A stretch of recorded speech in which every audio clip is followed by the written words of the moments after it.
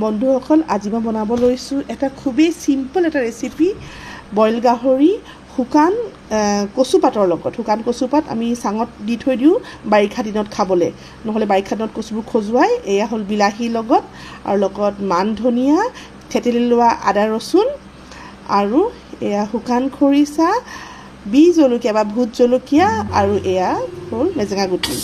Cooker গৰম কৰি গাহৰি দি ল'লোঁ, লগত নিমখ দিলোঁ। নিমখ দিয়াৰ পাছত মই এয়া কচুপাত যে আছিল, ধোঁৱাত দিয়া কচুপাত অকণ পানীত আউখাই ল'লোঁ, কাৰণ বহুত দিন ধোঁৱাত থাকে, ধোঁৱা গোন্ধাই থাকে, আৰু ধোঁৱা গোন্ধ থাকিলে ভালো লাগে পিছে দেই।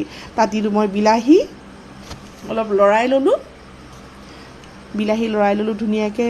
তাৰপিছত বাকীবোৰ বস্তু দি পিনে একেবাৰে মই কুকাৰত 6-7টা হুইচেল মাৰিবলৈ দিম।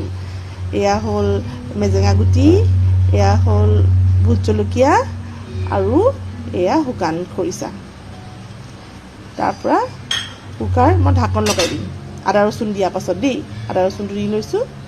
তাৰপিছত কুকাৰত ঢাকন লগাই দিলোঁ। 7টা হুইচেলৰ পাছত এয়া চব মান ধনিয়া অকণমান দিলোঁ। মান ধনিয়া দিয়াৰ পাছত 2-4 মিনিট মই উতলিবলৈ দিলোঁ। উতলাৰ পাছত এয়া গাহৰিৰে পানী দেই, আৰু এই কচুপাতৰ পানী আৰু গাহৰিৰ পানী, যিহেতু কচুপাত তিয়াই থৈছিলোঁ। এইটো হ'ল ফাইনেল ৰিজাল্ট। খুব ধুনীয়া, চাওকচোন দেখিবলৈ, খাবলৈও খুব সোৱাদ হয় দেই। খাবলৈ খুব ধুনীয়া হয়, যিটোৱে খুব ভাল পায় খাবলৈ।